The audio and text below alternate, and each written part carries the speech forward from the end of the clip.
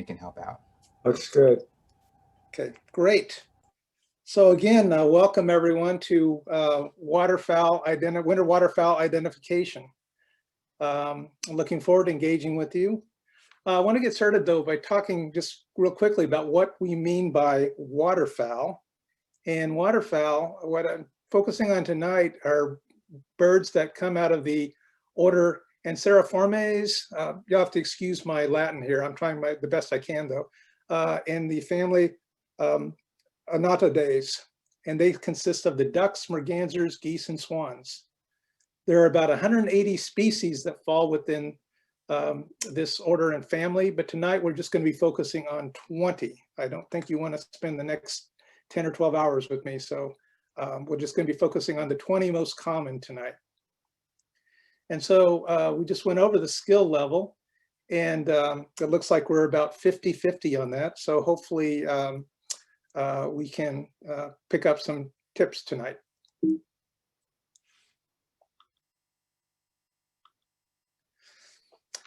Okay, so this is a 20 species of waterfowl that I'm going to be going over tonight.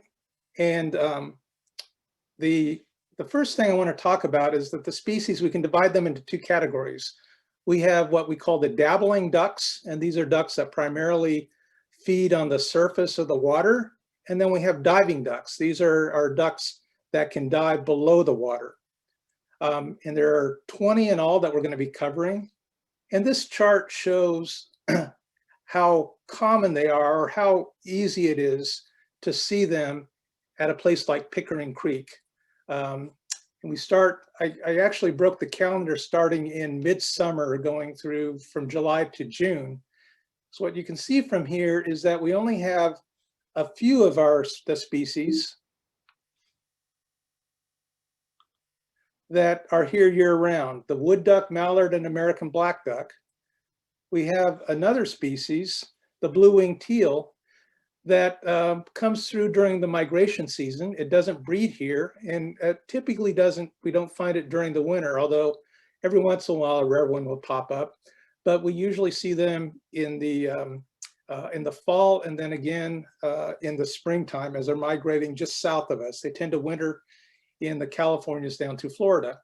And then the rest of these, rest of the species we have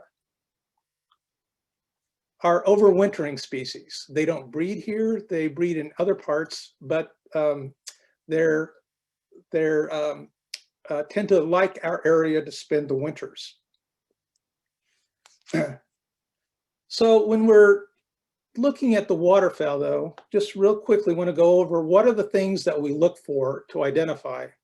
So some of the things we look for, it used to be the old days, people would talk about a specific field mark, a particular coloration or something like that. But now birding is looking more holistically. So when we're looking at species and trying to identify it, we look at the size and shape, the overall size, looking at the head, the body, the bill, and the wings. We also look at color patterns, and especially the male species of waterfowl will have some very strong markings of different coloration and patterns. The females tend to be a little less patterned. The good news though is that the the females and males will usually be together. So that's a good key as well. Behavior, we want to look at that. We also want to look at the sounds. Some of these waterfowl make sounds that make it very easy to identify them. We also want to think about the location, the habitat, and all of this leads to the probability of seeing it. If it's something that you expect to be there, then that's also something to take into account. But that doesn't mean that if you see something that you don't expect it to be there, it just means that you want to pay a little bit more attention to it in terms of identifying it. And one of the other things that falls into this, whether it be, it kind of leads back to color pattern, but a key with the waterfowl is also to be focusing on looking at where is the white. And I'll be getting into that a little bit more detail as I go along. But the other thing is, it's a good practice to think, to identify at least 3 things, because sometimes if you say, well, that duck has a green head, well, there may be several species that have a green head. So you want to look at 3 different things. So it can be from each of these different categories. So it could be a color pattern, behavior, and a sound that it makes, for example. But it's a good practice to think about 3 things when identifying a species.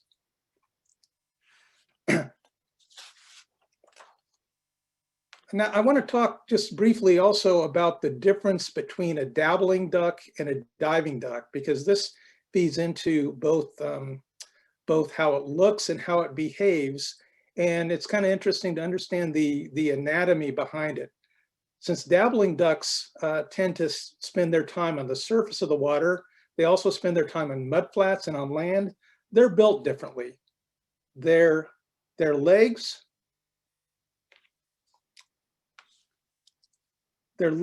are more centered on their body, so they balance in a horizontal position. Diving ducks are different. Their legs are more toward the back of their body. They use their legs to propel themselves underwater, so they tend to stick out behind their body. And that also means that they're a little bit different when they stand. When they stand in a more vertical position, and they also tend to be a lot more awkward when they're out of the water as well. This also leads into a behavioral clue, because a diving duck, when it takes flight, it oftentimes has to run along the top of the water to gain altitude before it can fly. So it tends to take off at a lower angle, running across the water until it can gain some altitude. One of the reasons for that is that their wings tend to be smaller relative to their body size, because that makes it a lot more efficient for them as divers. It makes it a little bit more difficult for them to take off than a dabbling duck. A dabbling duck tends to have larger wings, and because of where it's positioned, it can basically burst up at a higher angle when it's taking flight. So another good behavioral clue, if a bird is running across the top of the water, it's probably going to be a diving duck. If it bursts out like this, it's going to be a dabbling duck. So part of the identification here is a process of elimination. When you see something, taking into account the behavior, the look, the habitat, all these kinds of things, you eventually kind of narrow down the possibilities and rule out until you can settle on the bird, the particular species, as a way of identifying it by using all of these clues.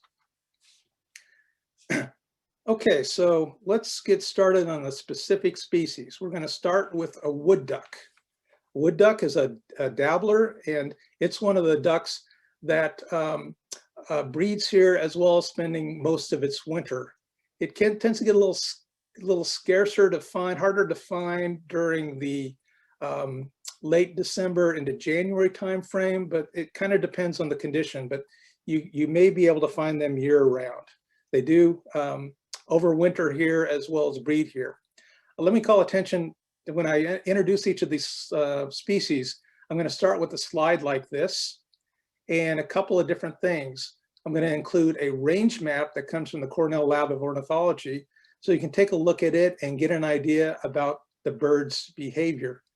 The range map, this pinkish salmon color, that indicates where the bird breeds. That's its breeding range exclusively. It doesn't overwinter there. It just breeds there.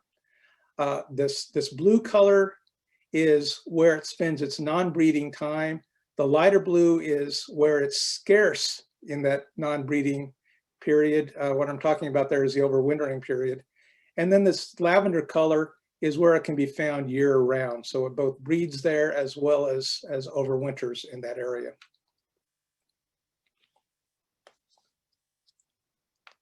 The other thing I want to call attention to is these silhouettes at the top of the screen. What I've included here is just a black and white image. And what it allows us to do is really pay attention to where the white is on these birds. A lot of times when you're looking at waterfowl, they may be far away. The conditions might not be that great.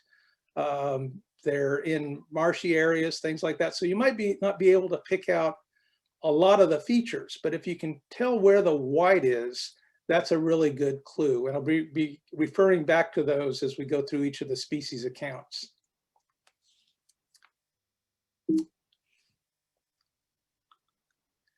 Okay, so this is our male wood duck. It's an incredibly beautiful bird. It's just remarkably striking in its both of its colorations and its intricate markings. It has these lots of these white markings in its facial pattern, creating and very intricate patterns with the greens and the blues, with this beautiful red eye, a very colorful small bill, leading down to a chestnut brown breast. It has this vertical white bar setting its breast off from a lighter brown side, and blues and blacks on its back, with white in its tail feathers. So you can see the different white markings as well as the different coloration. It also has this unique head shape given its crest as well. It sort of looks to me like I don't know, a Trojan fighter going into battle or something like that. It's a very colorful bird. I'm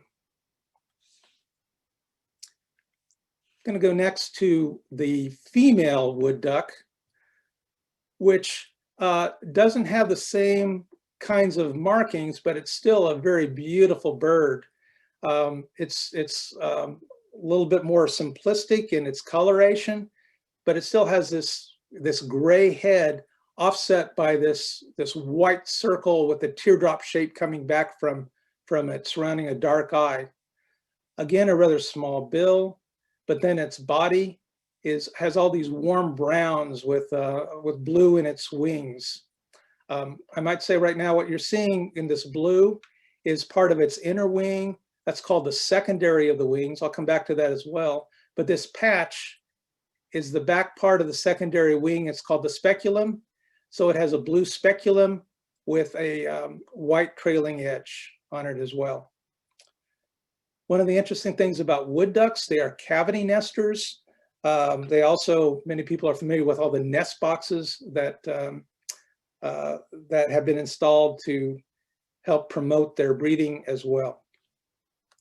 I'm going to take 1 second here and do a technical fix. I'm going to stop the share because I need to share my screen in a different way.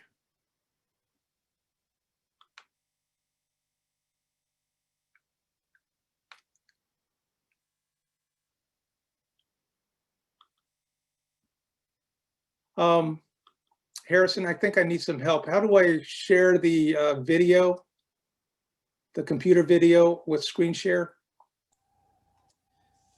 Go ahead, and if you hit screen share, it should go ahead and pop up for. Oh, there it is. I got it.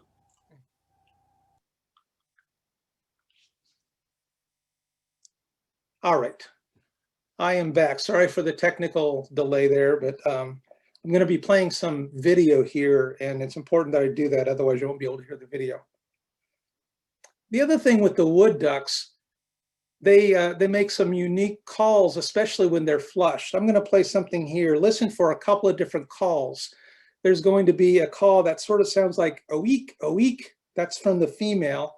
And then you're going to hear some squeaks, which comes from the male wood duck. So they often make this sound when they're flushed.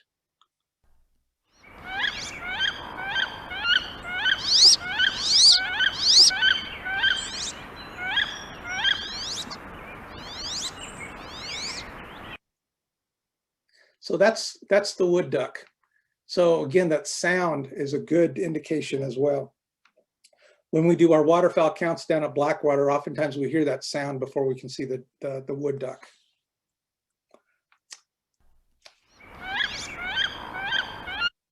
All right, so our next species, still in the dabbler family, is the mallard. It's probably also one of the most familiar ducks for most people. It's very common. You see them in parks and lakes. It's also the most abundant, most common, both worldwide and in the United States. It's a rather large duck, a large muscular looking duck. And we're going to start with the male. Starting with the male, they have a very a very colorful green head, especially when it's caught in the light, but sometimes that head can look black, depending on how the light reflects against the head. So it's an iridescent green. It has a yellow bill with this black nail. This tip of the bill is called the nail. So a yellow bill, green head, that may look black depending on the light. Then it has this narrow white collar against a brown breast, gray sides, and then the interesting thing about the markings of these ducks too is that they have white at the base of the tail, going against a black tail with these white tail feathers that come out. And the other thing to look for in the male mallards is these curled up tail feathers. That's unique to the mallards themselves.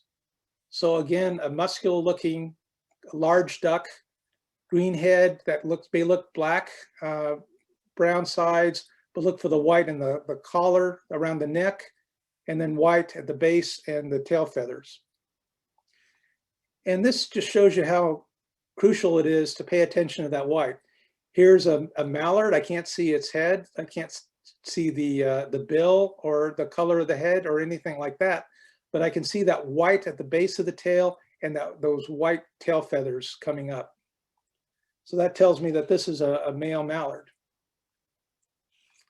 The female is similar in size and shape as the male is, but it's a plainer looking duck. It's a dullish gray brown overall, but it has a paler coloration to its neck going into its head. The bill is orange and it has this black kind of saddle shaped markings on the top going down to the side of the bills of its bill. It has an eye line, a dark eye line going through its eye, and has a darker cap on top of it. It also has white on its tail feathers. And on this bird, this female mallard here, it's showing a little bit of its the wing feathers, so you can see that speculum. You can't always see that when they're setting on water, but here you can. It's got a blue speculum, and that blue speculum is edged on the front and the back with this white stripes as well. But when they're perched, again paying attention to the white collar, white at the base of the tail, and going into its tail feathers, the female just has a little white patch right at the corner. This is showing more white because it's exposing its wing in this picture. By the way, over here we can see a male mallard that's tipping up at 90 degrees as part of its feeding behavior. And we have that familiar duck-like call coming from the mallards. So our next dabbler, very closely related to the mallard, is the American black duck. Now notice in the silhouettes, no white anywhere to be seen in these ducks. So one of the things that you're looking for in this case is the absence of white anywhere on these birds. But generally this is again a very large, muscular looking duck, the same size, pretty much the same size and shape as a mallard. They tend to be more reclusive.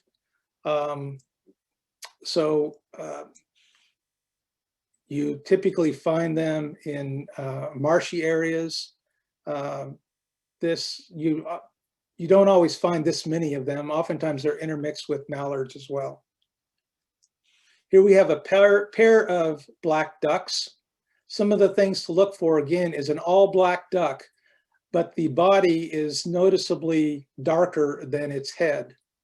So here we have two mallards, I'm sorry, two American black ducks, a very dark body, dark but not nearly as dark head. Superficially, they sort of look like a female mallard, but they don't have that orange beak. Again, no white, and they're much darker.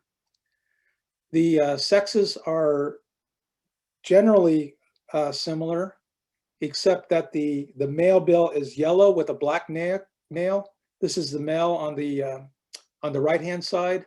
The female is a duller olive green colored bill. So this is our female on the left-hand side. When they take flight, they have a blue speculum, but they lack that white border that the mallards have. Another key way to identify the American black duck, especially if they take flight, is again a very dark looking duck, but they have these white parts to the underwing. And this part of the wing closest to its body is called the secondary wing. The part out here is the primary. So the white extends all the way up into the primaries from its body. So when it takes flight, you see these flashes of silvery white against a very dark duck. Is a very good way of identifying them in flight. So that is our American black duck. Quick note on the conservation of them. American black ducks are way outnumbered by mallards, and they also tend to interbreed with mallards. A male mallard will outcompete a male black duck. And so it is really a challenge in terms of conservation of the species and the integrity of this as a continued unique species. Our next duck is the northern pintail.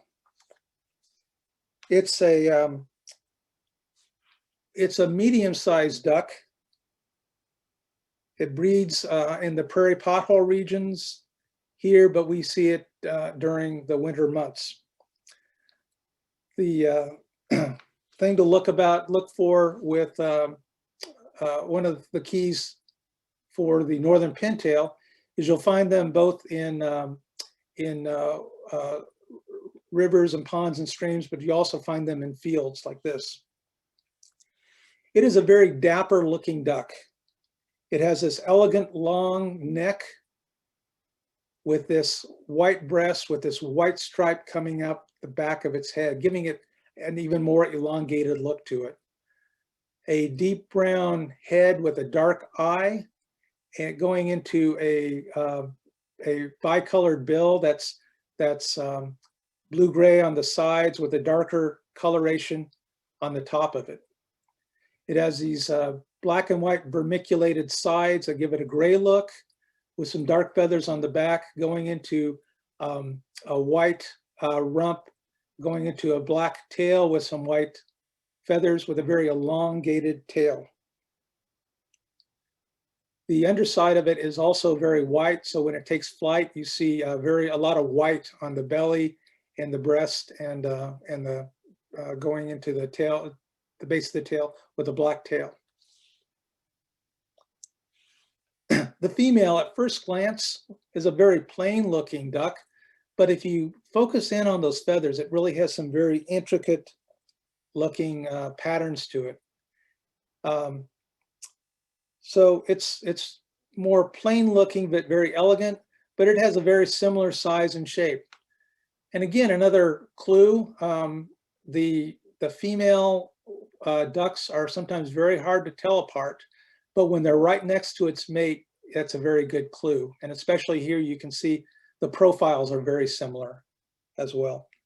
The female pintail also has that blue-gray bill. It's two-toned, but doesn't have nearly the kind of contrast as the male does.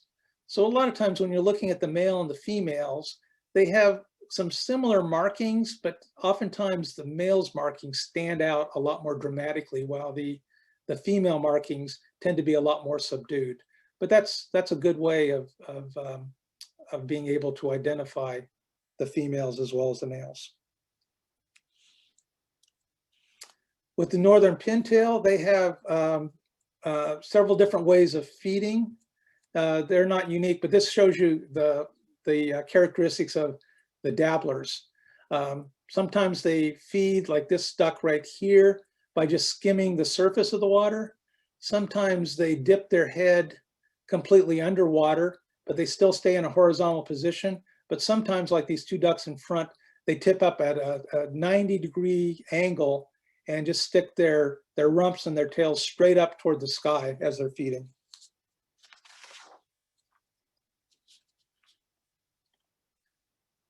So our next duck we go to is a green-winged teal. This is still a dabbler. It is our smallest duck in North America. It's about the size of a pigeon. The green-winged teals sometimes gather in large flocks.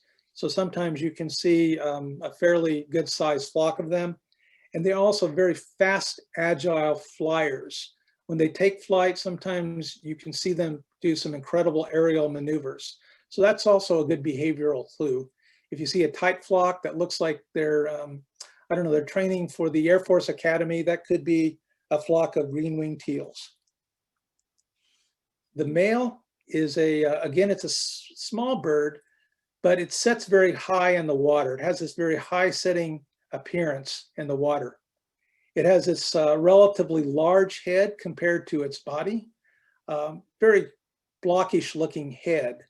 But it has just these incredible colors of these rich cinnamon brown and this iridescent green stripe going around its eye back to the nape down to the body of the duck, the back of the duck. It has a dark bill, a small dark bill, but some of the keys to identifying them again is looking for the white. It has this white shoulder bar that runs vertical to the water at a 90-degree angle to the water. It has yellow in its tail with black at the base. So black base with a yellow tail.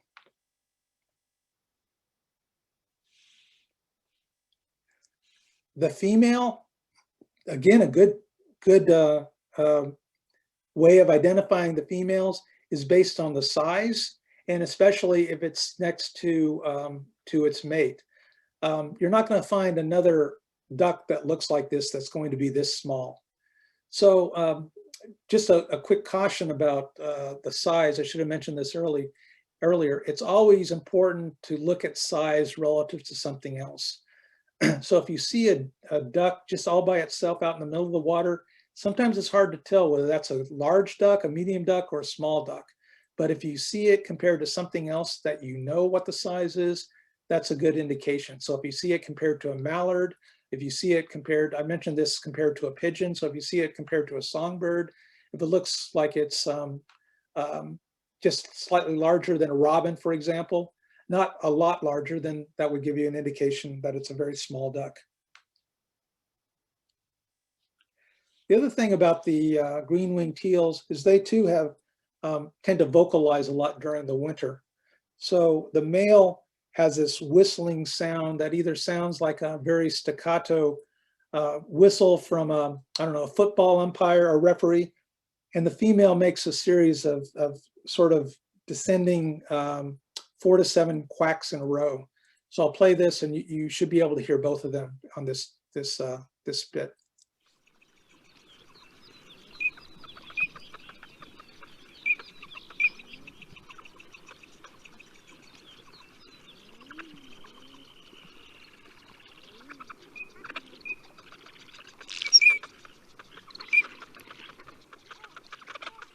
The tone of the male also sounds similar to like a spring peeper as well. So if you hear that tone, you might hear that even before you see the green-winged teals. But that's a good way of identifying them as well. So our next dabbler is the blue-winged teal, and again, this is the species that we're most likely to see during the early part of the fall migration, and then later in the spring migration. So they tend to be some of the first migrants going south in the fall, and some of the last ones going north in the spring. So some of the things to look for with the blue-winged teal is they have this big white crescent shape at its face, at the base of its bill. So this big white crescent-shaped patch against this gray head. Their body is buffy colored with these black spots, these heavy black spotting throughout it. It's got a dark bill. It's rather wide. It actually has a fairly wide bill. In fact, it's in the order called spatula because its bill is sort of spatula shaped. And it also has this white mark just at the back of its side before it gets into this black rump. So a white patch there, white at the crescent, dark bill, gray head, buffy with the black, but really key. You won't see especially dabblers, you won't see very many other dabblers with this big white crescent, and especially a large bill like that. The female, again, the head shape, the bill, similar to the male. Fairly large, wide bill with the with a plainer look. It still has a big pale spot here.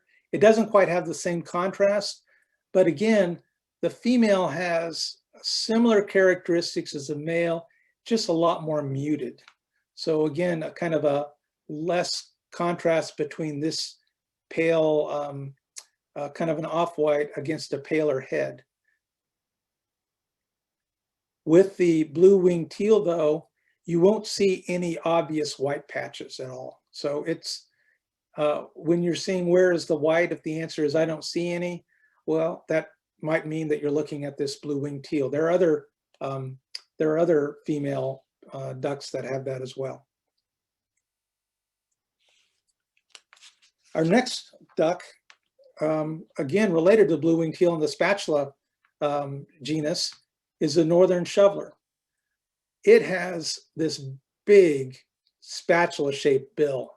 That is one of the key features of it, that silhouette with that large bill.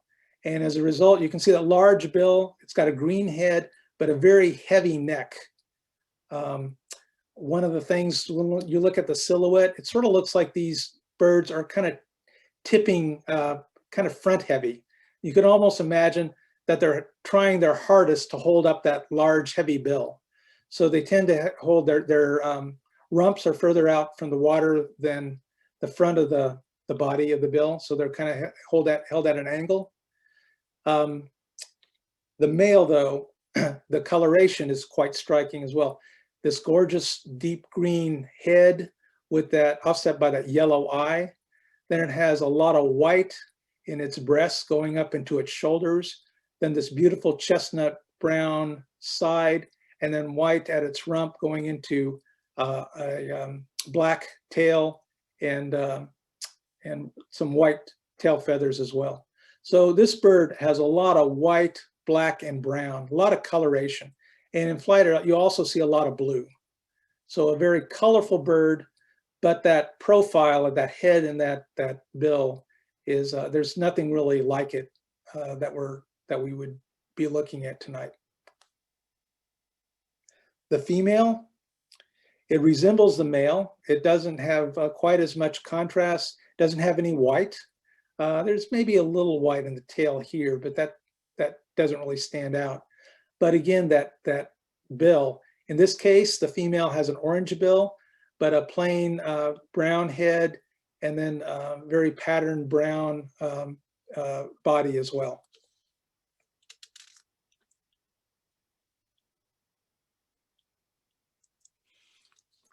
The northern shovelers, they oftentimes feed by just sticking their head and their bill just below the surface of the water, and then they swish it back and forth using their large spatulated bill as a sieve to capture food out of the water.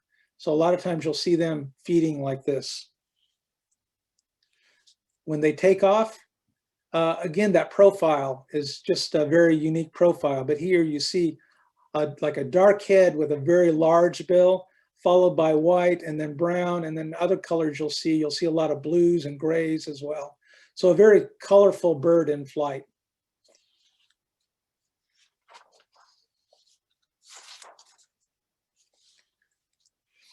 So our next dabbling duck is the gadwall. This is a this too is a dabbling duck. It has a very unique profile. It has a very large, puffy head. So it's got a distinctive head shape with a steep forehead going into a small, dark bill, very vermiculated, dark and light side, but very gray look. And it also has a very dark rump.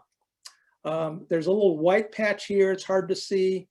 This is the female, again, similar size and shape, but it has a much larger white patch. In fact, this is one of the only females that has more white that typically shows than the male does. So this gives you another look, a big white patch here with the female. But the male, very puffy looking head, very gray body, but that big black rump is also a good indication for the gadwall. Our next dabbling duck is the American widgeon. So this is a medium-sized, rather compact-looking duck. It tends to set on the water with its head pulled down, almost giving it a no-neck look. The male, a very colorful bird with a lot of these warm browns, but its head, it's got this big white patch on the top of its head. It used to be called bald pate because of that, and now we call it the American widgeon. A gray head with this iridescent green stripe, a blue bill with a black tip, small blue bill, black tip. It's got a little white on the shoulder right here. That isn't always apparent, but if you can see it, that's a good field mark.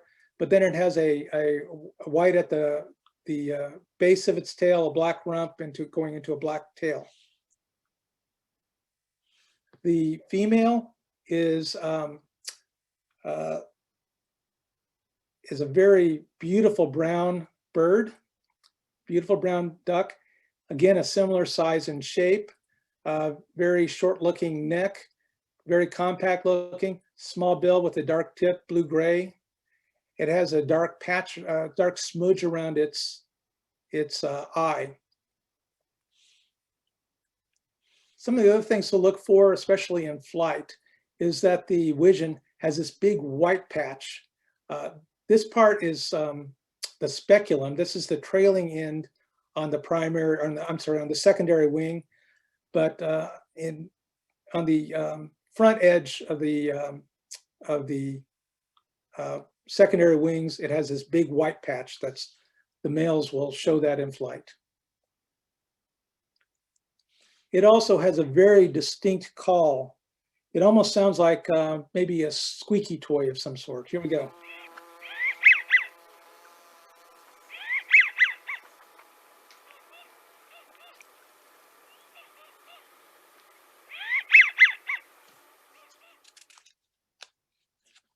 All right, so those are our 9 dabbling ducks. Let's take a moment here and just just quickly take a quiz to see whether we can match these up. So I've got pictures, and I purposely took some kind of poor pictures because a lot of times when you're looking for waterfowl, you don't always see them up close and in great light. So I've got a couple of pictures here. One is kind of in very poor lighting conditions. The second one is a little bit out of focus. And then this third one is okay, but it might be a little bit of a challenge as well. But let's take a moment, and maybe in the chat feature, you can indicate which species belongs to which picture.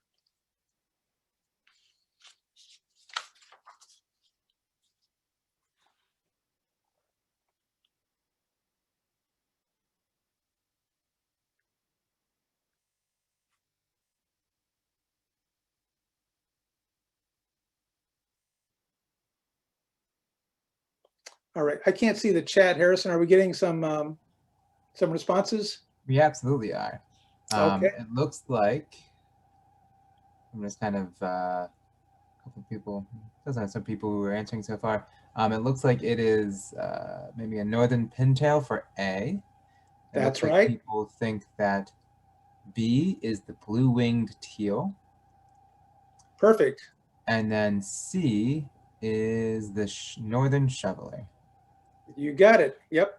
Yeah, even in the poor light conditions, you know, you can see that white on the neck coming over its back. Even on this out of focus picture, you can see that big white against the gray head and this white at its rump, and that unmistakable profile of the northern shoveler.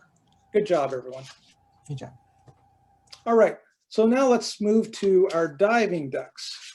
We're going to start with the ringneck duck. This is a duck. It's a medium-sized diving duck. It's actually named because it has a chestnut colored collar around its dark neck, but it's almost impossible to see that in the field. It was named when people did ornithology by shotgun, and so you can see it in the hand, but really not in the field. The more remarkable feature of it is the kind of the black and white pattern, both in the body and on the bill. So this is the male ringneck duck. So it is, let's start by the size and shape. It's a very tall-headed looking duck, dark with a very bright yellow eye, really offsetting the coloration. Dark back, dark breast. Its bill has a lot of white markings offsetting the blue-gray bill, and then the black tip. So white kind of outlining that and breaking up the bill into some different color patterns. On its side, it's got white on its side. And another key thing is it's got this wedge coming up into its shoulder. So a big white side against the black back and that wedge in the shoulder.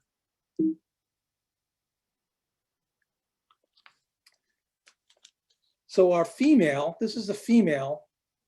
A couple of things about it. So it doesn't quite have the same contrast, but there's some very similarities. It too has that peaked head.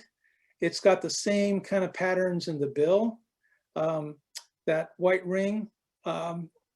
Some people have been arguing that we should change the name of this duck to the ring-billed duck because I think that's a more descriptive name, but that's a good way of kind of remembering it. But with the female, it's browner, so it doesn't have any white away from the base of the bill and on the tip of the bill. It does, except it also has this white ring around the eye, but its body is just different shades of brown with very rich brown. Some people have actually described this as the most boldly marked dull duck. So I think that's a good description of it. So that's a ringneck duck. A similar species, I'm going to do two at the same time, are the scaup. There's a lesser scaup and the greater scaup. So they're similar. These two species are very hard to tell apart.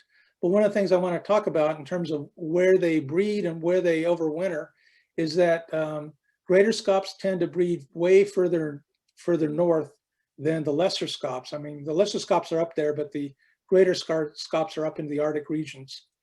And then they also tend to overwinter different places. The lesser scaup tend to overwinter further south than the greater scaup. I read some research that suggests that about 98% of the greater scaup actually overwinter north of 40 degrees latitude, which would be kind of mid-New Jersey area.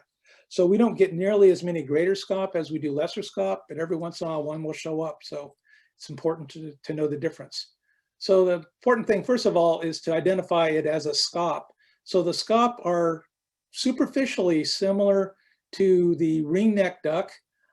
They also have that kind of peaked head, the lesser scaup especially, and a dark head with a bold, bright eye. But you notice they don't have the same coloration in the bill. You notice also that their backs are gray. So they don't have a black back, but they have a darker gray against a lighter gray side, and then a dark rump. So that's our lesser scaup. And this is the female lesser scaup. It looks similar, but it doesn't have as much gray. It's more brown. And the female scaup also has a lot of white on its face around the bill, at the base of the bill. But it doesn't have the same white ring that the ringneck duck has. So there's some similarities, but there's some key differences as well. But you notice that this, the lesser scaup, the female, still has that similar shape of a peaked head. The greater scaup, some of the key things to tell the difference is, first of all, the head shape. Well, I'll start by saying if you see the greater scaup with the lesser scaup, the greater scaup very well could be noticeably larger. They're about a 20% larger by weight than the lesser scaup. They also tend to be a little bit more muscular looking, like a thicker neck and just a more solidly built duck. Their faces, if you look straight on, are also wider. This is a female greater scaup though, but I just want to pay attention because the male would be similar shape. The head shape is much different.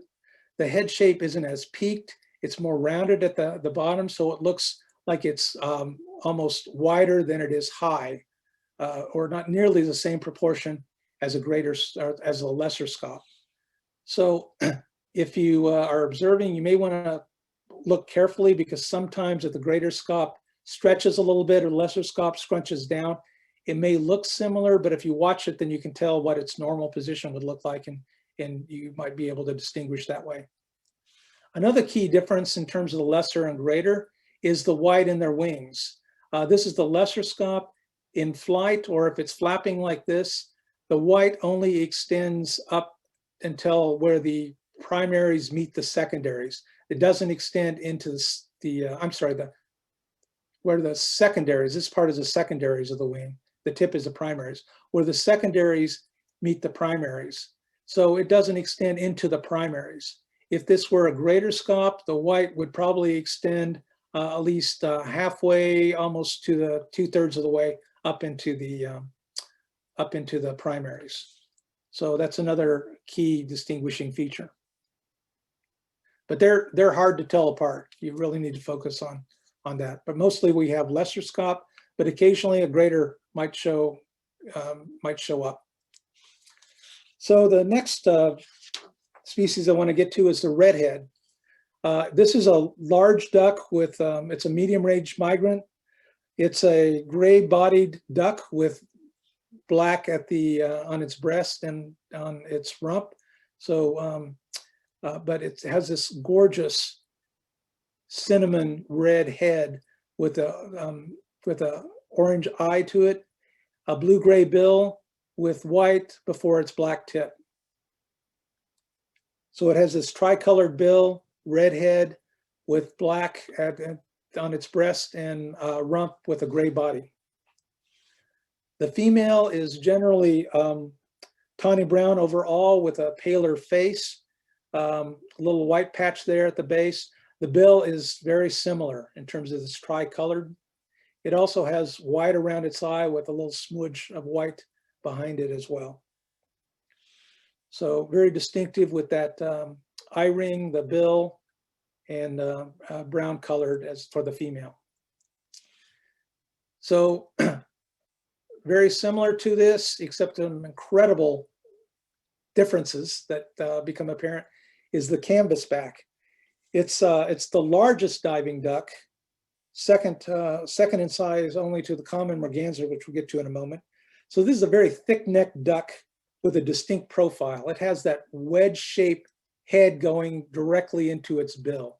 The bill comes in at the head, actually above the eye. So to me, it looks like those kind of wedge door stoppers that we used to have when I grew up.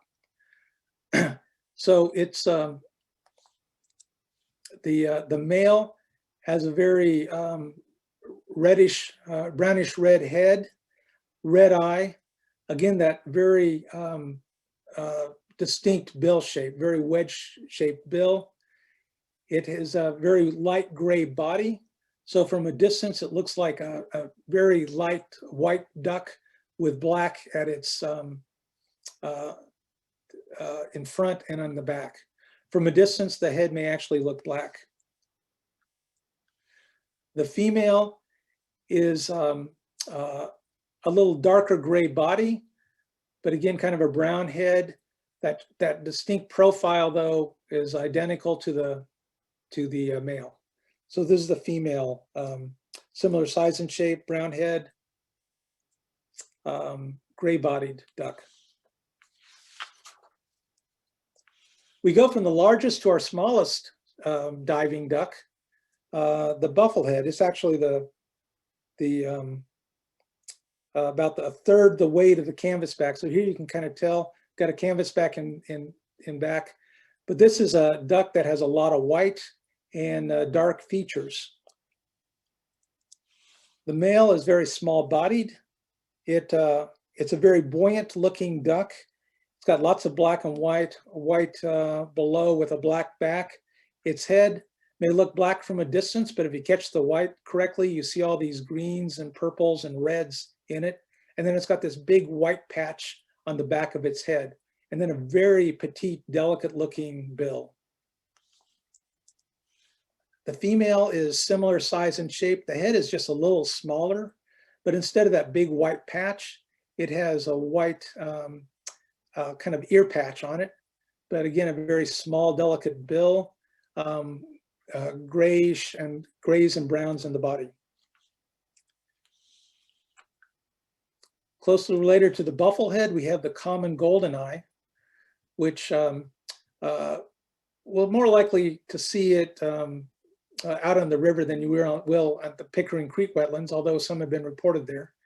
But the common goldeneye has a very large head relative to its body, and it's got this big white patch, but it's toward the front of its head, between the eye and the bill.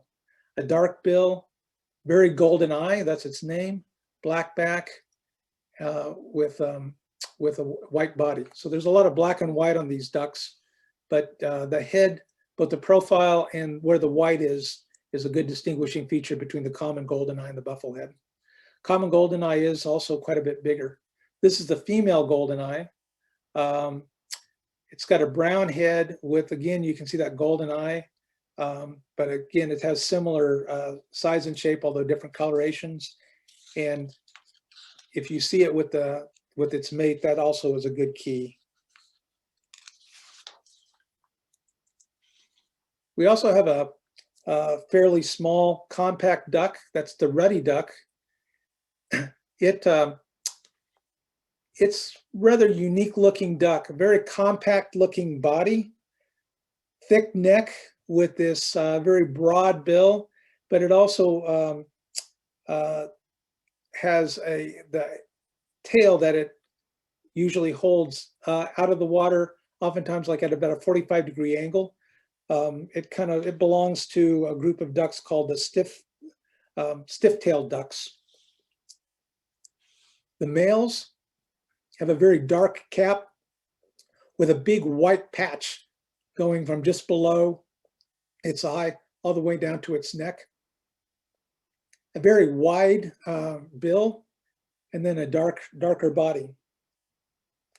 So the key here is kind of a dark duck with this big white patch on the lower 2/3 of its head. When it gets closer to its breeding season, that bill will turn blue. So it's got a beautiful blue bill when it is in breeding plumage. The female is very similar in size and shape, but rather than having that one big white patch, it has this dark line going through the lighter patch on the side of its face.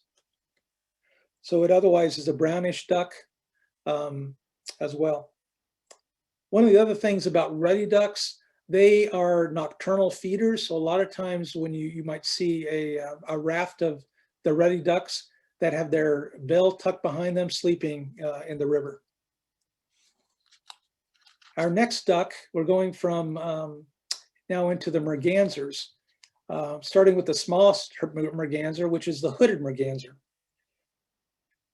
The male is a very remarkable duck. It's got a lot of black and white and brown and incredible patterns. This head, when it raises its crest, this very high looking head, it reminds me, I don't know, of a mad scientist or something with a brainiac kind of head. It's got this big white patch. Notice though that it doesn't go all the way around to the back of the head. There's the black stripe in the back of the head, but when it raises its crest, it has this big white patch, dark head with a very steep forehead and a very narrow pointed bill as well. White on its on its, starting at its neck, going into its breast and belly, brown on the sides, and black on the back. Here we've got a picture of the hooded merganser when its crest is down. It now looks more like just a white stripe, but it has white in the front and on the shoulder with this black demarcation between the breast and its shoulder. Then another black line and brown. And then here we have the females, again, very similar in size and shape.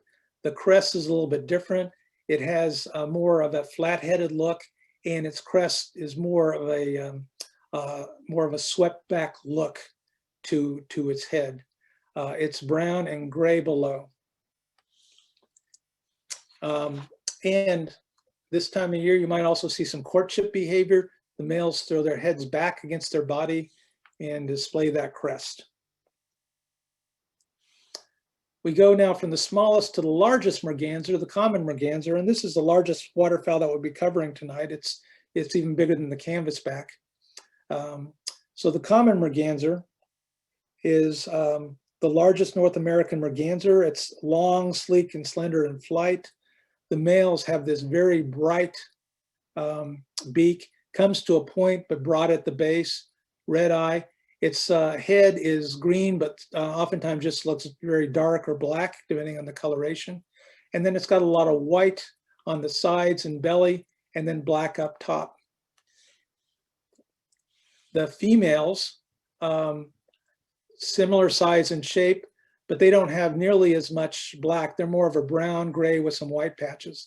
Some key things to look for is this white patch below its chin, white in the breast against the reddish brown head and neck, and then a little white along the top edge of its sides as well. The other thing is that the beak, again, its bill, is sharp, but it broadens at the base. So it sort of looks like a very flat-headed bird that kind of just goes straight into the bill. Not quite like the canvasback, but similar. So our last bird for the evening is the red-breasted merganser. So the red-breasted merganser superficially looks sort of like the female common merganser, but notice the head shape. The head shape, it looks like it has a steeper forehead look because the base of its bill is more narrow. So it comes down and has more of a sharp dip before it goes into this very sharp looking bill. It's got a black head, red eye. The other thing to notice, very key characteristic of it, its crest kind of sticks up on the top and back and heading down. It sort of looks, I think of it either as a bird that has every day is a bad hair day, or maybe a punk rocker of the waterfowl world. It has this white collar that's clearly demarcated from the black head, a reddish breast, wonderful vermiculated gray and or white and black that gives a gray look to the side. Its white tends to be between or at the top of its side, the edge between the side and the back, and then a black back. The female, similar size and shape, doesn't have nearly the contrast.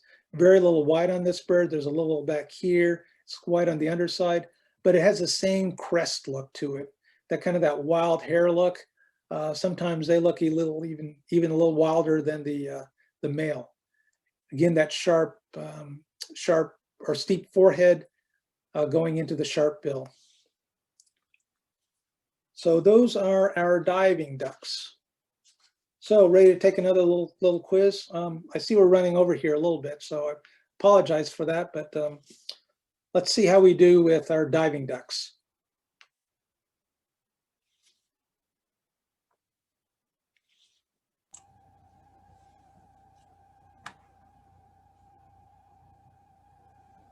So again, we've got A, B, C, and D, and our listed diving ducks over here. So give me your best IDs on each one of these.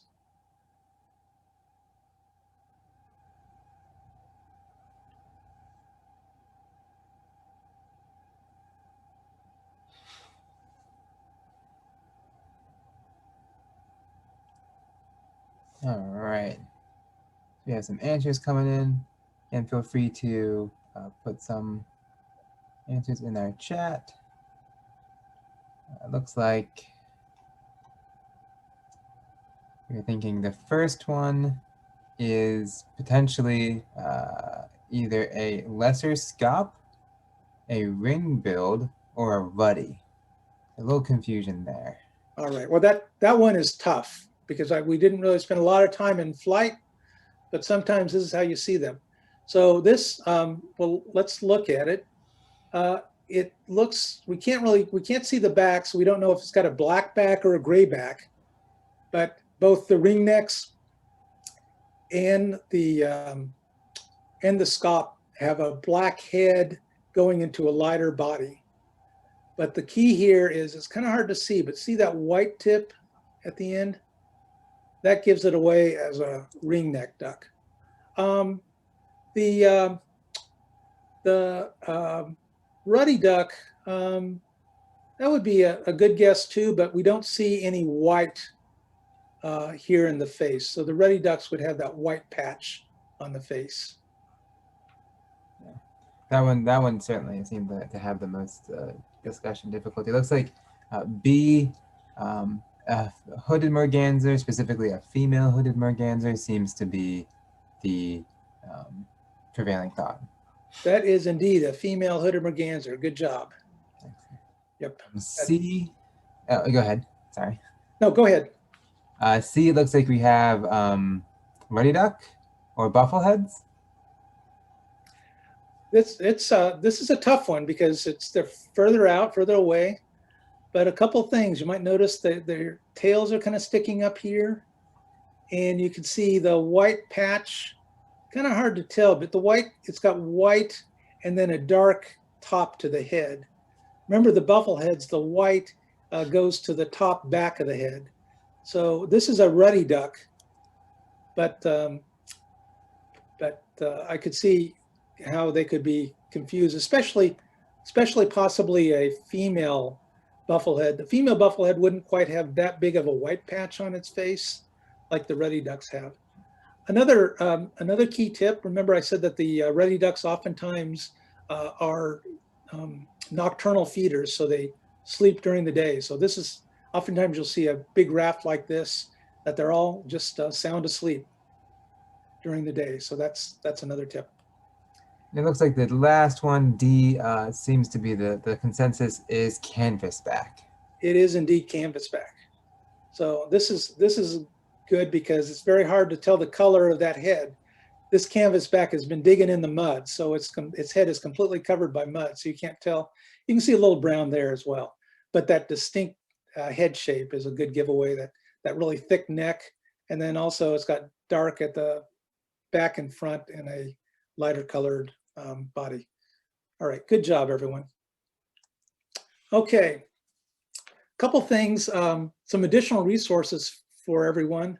I'd recommend, if you want to learn more about waterfowl, some things, there's this great book that came out in 2017 by Richard Crosley and others, The Crosley Guide to Waterfowl. It's a really good book. If you want to learn more about identifying ducks far away in flight, there's a publication that has withstood the test of time, first published back in 1978 by a guy named Bob Hines, Ducks at a Distance. It may be hard to find a paper copy, but I know you can buy a Kindle version on Amazon for $1.95, which kind of like because I can carry it around my iPhone. There's also, if you really want to get into kind of the natural history and learn more about them, there's a 2-volume set of books by a guy named Guy Baldessar, sold by Johns Hopkins University, Ducks, Geese, and Swans in North America. And then Cornell Lab of Ornithology is full of good resources. They have a online course called Be a Better Birder, Duck and Waterfowl Identification. It's a fee-based course, but the nice thing about it is it's self-paced and you can go back to it as many times as you want to. They also provide some resources like cards that show where is the white and other kinds of things. You also have free resources like All About Birds, online bird guide. And if you're not familiar with eBird, that's a great resource. both to record your findings and also look to find out where people have been seeing other birds. So I think I'm going to be providing this to the folks at Pickering Creek, and they'll be sharing this information with you as well.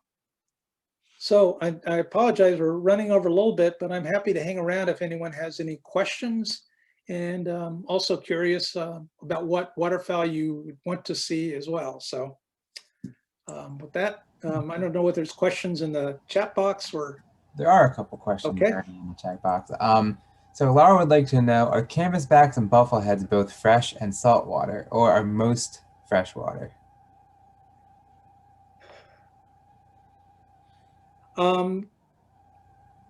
They are found in both areas. They breed in fresh water. So I believe when they overwinter, we see canvasbacks in the Chesapeake Bay area. We used to see the numbers a lot higher. So you'll find them in brackish and freshwater. I don't know that you'll see them very often out in the ocean. Buffleheads, they tend to be more bay as well. But buffleheads,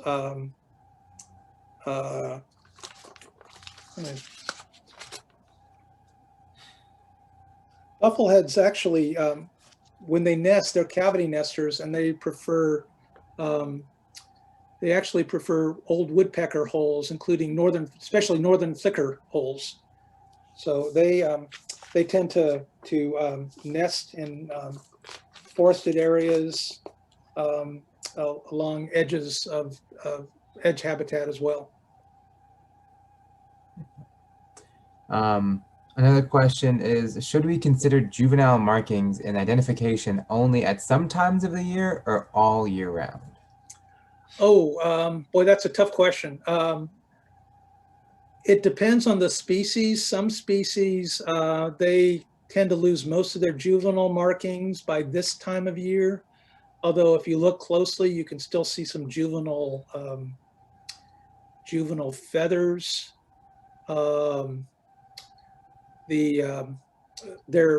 There's oftentimes like bufflehead.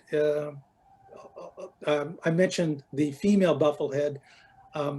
First year male buffleheads look very similar to the female. There's some different characteristics that you can pick out in terms of maybe the size of the head and the shape of the head, as well as the coloration.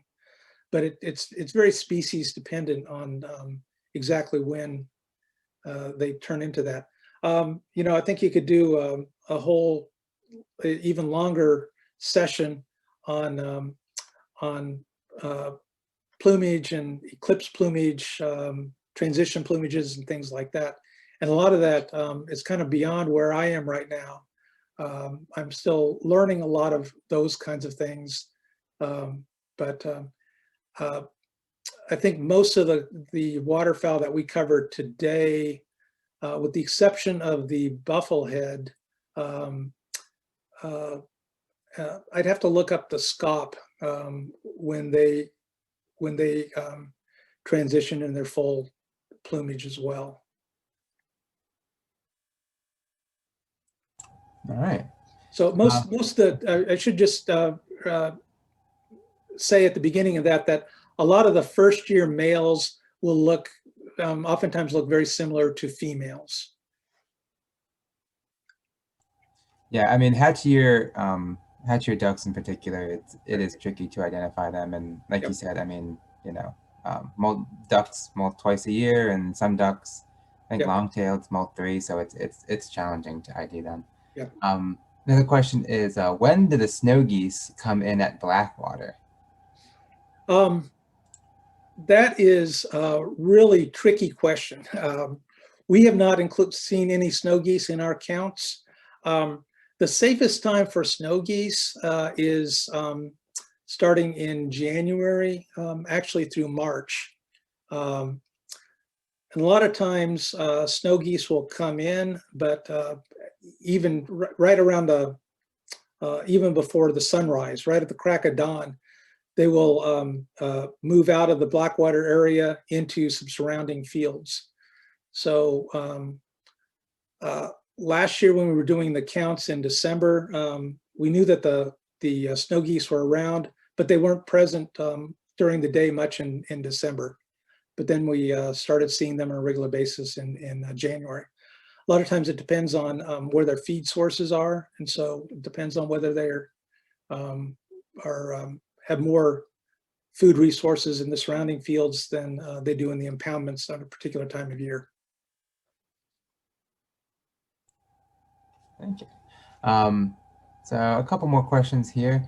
Actually, I think I can actually answer this one. One of do you have a source for the black and white silhouettes you showed? So Ron definitely does, but we will be doing a follow-up email tomorrow, including all of the list of resources that Ron included, like the Ducks at a Distance guide, which is really great, even though it's a little bit dated. So we will definitely include that information as well, so everyone will have a chance to view that, and we can share that source of information. Another question I saw here is I saw 2 flights of swans a couple weeks ago in Carroll County, Maryland. They're very large. What are they likely to be? The most likely swan that we would see is the tundra swan. So those are the ones that overwinter in Blackwater.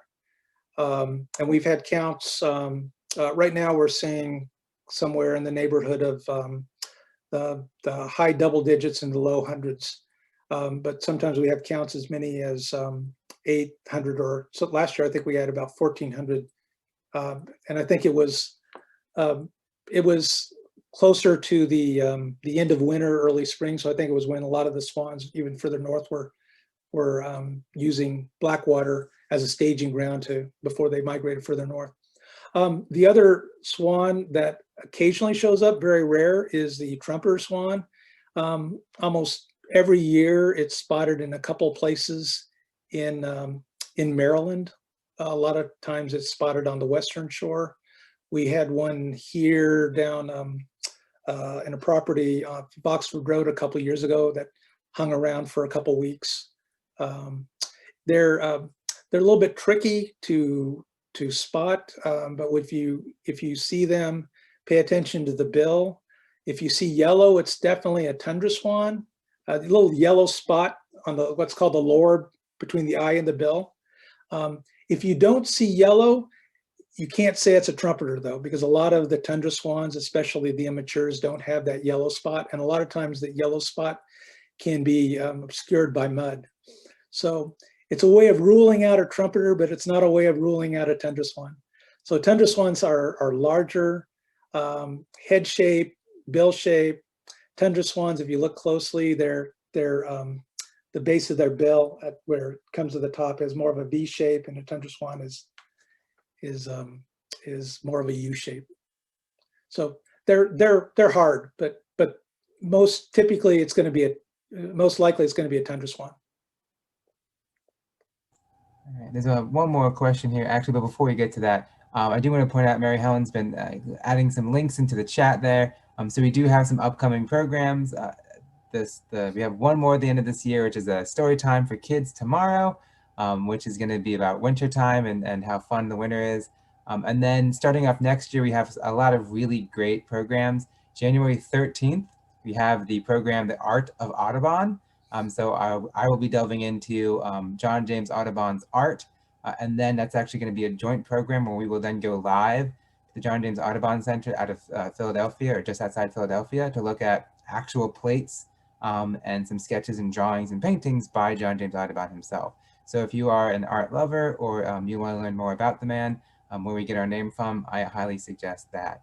We also have a number of talks coming up next year, including one by Rosemary Moscow, who's a cartoonist.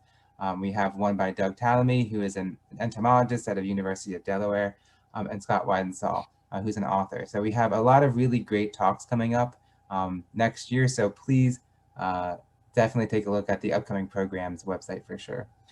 So the last question I see here currently is we were in OBX, which I think is the Outer Banks, last weekend, and saw swans in Pea Island. Are they tundra swans potentially, I guess, in North and South Carolina this time of year? They're probably going to be tundra swans again, especially if you see several of them. I mean, this usually on the East Coast, if you see trumpeter swans, there might be a couple of more vagrant swans. Ron, I had 2 questions come in. Is that okay, Harrison, if I ask them? Yeah, absolutely. One was, what makes it a merganser rather than a duck? Good question. Mergansers, well, they're all under the same order of Anseriformes. They are sometimes referred to as fish-eating ducks. They, their bills are shaped differently. They do not feed on, they're not as omnivorous as a lot of other ducks are, so they tend to focus on diving, and their ducks are designed to catch and hold on to fish. So they have a serrated edge on their duck and their bill, and it's a kind of more of a sharp, something that can grab hold of a fish and eat it that way. So that's the basic difference. Thank you. And then there was a bird pictured in your, I think it was a lesser scaup picture. That was on the lower left. That was something different. Oh, yes. Okay. So my, I think it was the greater scaup picture. That picture, I don't have a greater scaup picture on the East Coast. So that picture I actually took in Bodega Bay in California. And that was with an eared grebe. Of course, we get eared grebes out here too. So it's an eared grebe, not an Anseriform, but it could also be considered, you know, if you think broadly about waterfowl as well. So you know, this time of year we might see some eared grebes as well as pied-billed grebes, and occasionally even a horn grebe. Awesome. I have one more question that just came in. How come we see wood duck boxes everywhere but never see wood ducks? I guess we need to listen for those whistling calls, huh? Yeah, they can be very, very elusive. But yeah, we actually, the wood ducks are actually the largest breeding duck. They actually, according to the research, they actually, there are more breeding pair of wood ducks than mallards. But of course, we see mallards more often. So wood ducks tend to be a lot more secretive. So they tend to very quickly get in and out of those nest boxes.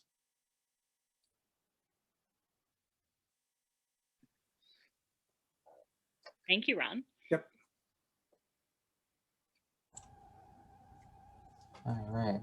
Well, it looks like we're currently out of questions. Again, if you have any more questions for Ron or for me or Mary Helen, and we can pass them along to Ron, please feel free to email us. And again, I will send out a follow-up email tomorrow that has all the resources. And if you would like a copy of this recording for your viewing, just to go over some identification tips, because Ron certainly went through quite a lot of them, then just let us know, and we are more than happy to share that with you as well.